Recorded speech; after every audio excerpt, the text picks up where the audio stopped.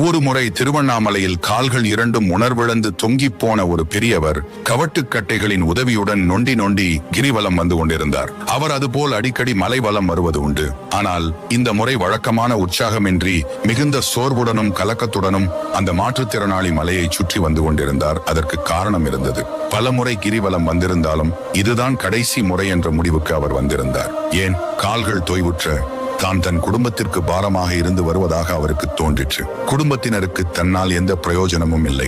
அவர்களுக்கு சிரமம் மட்டும் கொடுப்பது சரியில்லை. தன் குடும்பத்திற்கு பாரமாக இருக்கக்கூடாது என்பதற்காக அவர்களை விட்டு விலகி யாரிடமும் சொல்லாமல் கண் காணாமல் ஏதாவது ஒரு கிராமத்துக்கு சென்று விடலாம் என்று அந்த பெரியவர் முடிவெடுத்தார். அதனால் கடைசி முறையாக திருவண்ணாமலைக்கு கிரிவலம் செய்ய வந்திருந்தார். விந்தி விந்தி சூம்பிய கால்களுடன் பெரியவர் திருவண்ணாமலையை வலம் வந்து கொண்டிருந்த போது பாதி வழியில் ஒரு வாலிபன் எதிர்பட்டான். பெரியவரை நெருங்கிய வாலிபன், ஓய், கால் சரியில்லாத நீ கவட்டை கட்டை